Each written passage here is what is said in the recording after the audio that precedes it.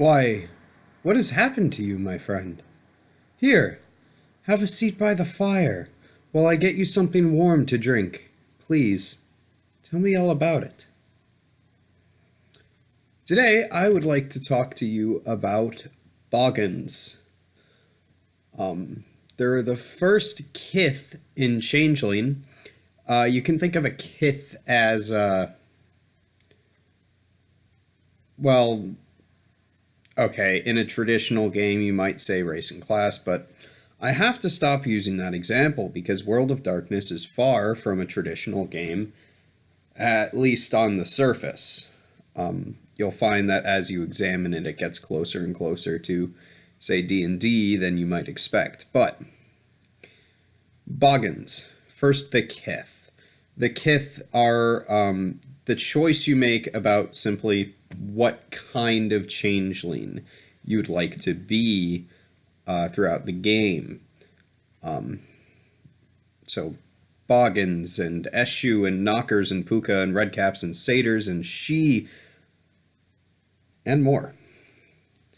So a Boggan is a changeling that is a craftsman, first and foremost. Some important things about them are that they cannot stand to be in someone's debt. They consider volunteer service to be kind of like the most important honor one can receive. They take so much pride in their work. And they're very, well, they might seem altruistic, but it's less out of something they want to do and more something they have to do. They're also very mischievous, which is a lot of changelings, but Boggans are very mischievous, especially in their childling or younger years.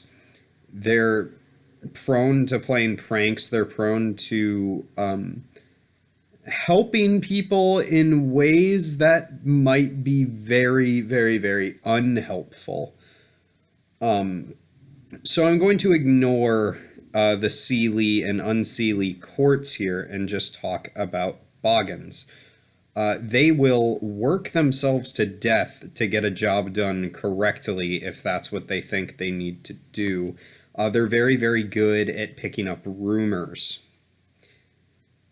So you can think of them in classic fairy tales as like brownies or cobblers or just household fairies, things that might help you out or are very good at crafting something if you give them a little bit of something in return. Usually in the fairy tales, you'll leave them out like a bowl of milk or bread and honey, and they'll clean your house or fix your shoes, what have you. So with that out of the way, let's talk about the actual weird mechanics as they were for Boggans. Excuse me. So their birthright. A birthright in Changeling is kind of a mechanical benefit you get for picking your Kith, something that no other Kith gets to do.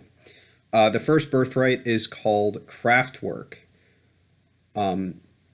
You have a reputation just by being a Boggan for being a superior craft person.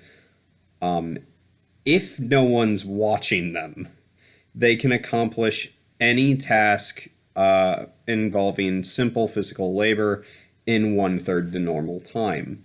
So to use my example of little tiny cobbler elves, they, as long as you're not watching them, they could craft you a pair of shoes in 1/3 the time that the storyteller would normally decide it takes you to make a pair of shoes.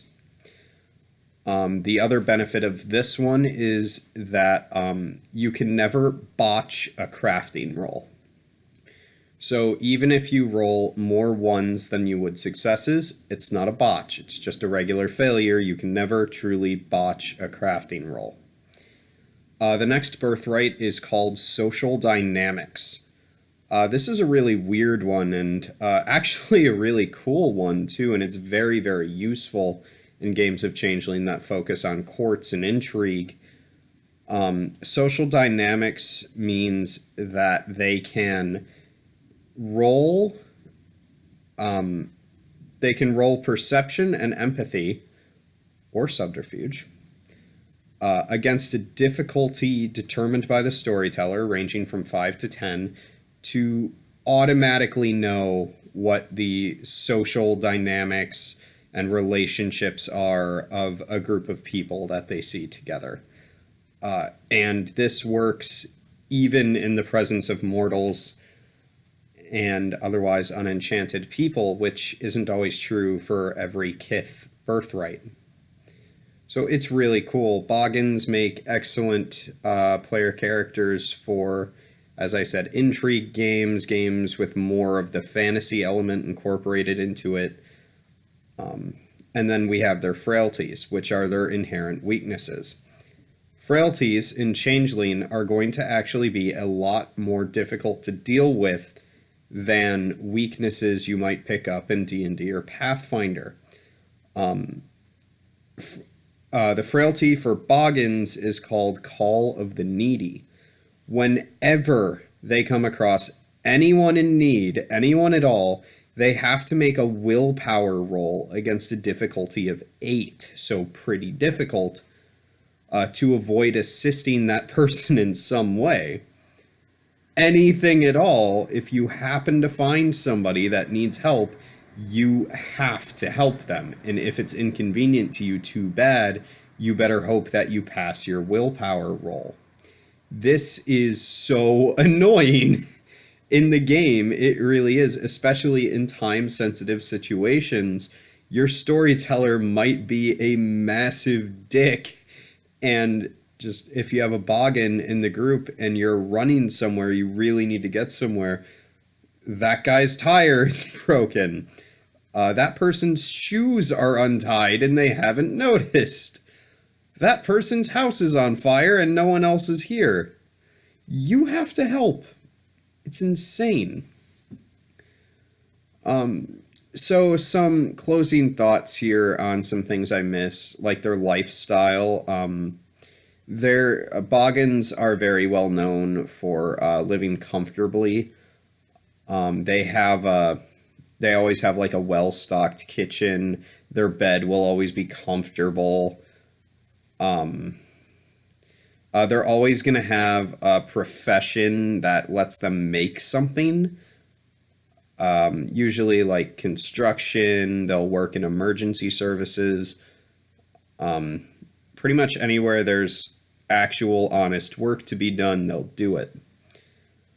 Their affinity is actor, and an affinity is, it ties into casting magic arts.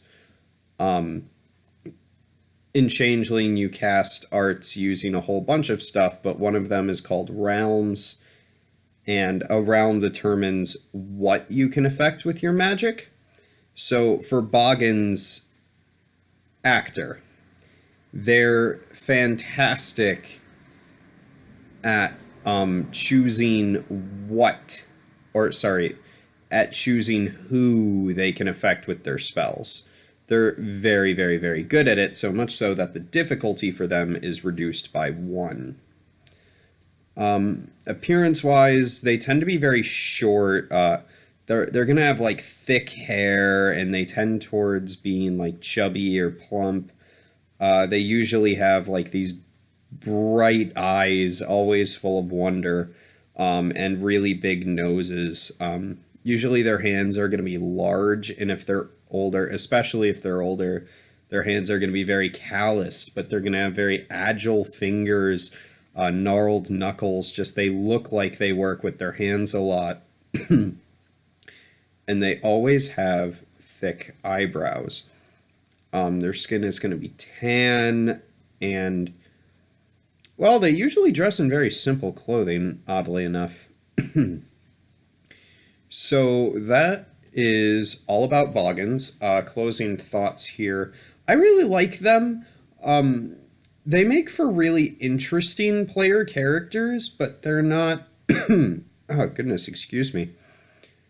they're not the best for every game. They're one of those Kith where you really need to know what the Chronicle is going to be about before you go in and just say you're going to play a Boggan.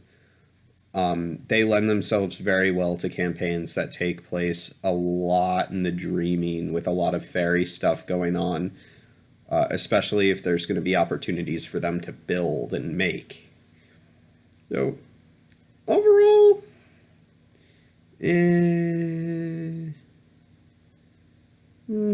I'd give them a 4 out of the 9 presented in the main book. Thank you very much for watching. Have a good evening.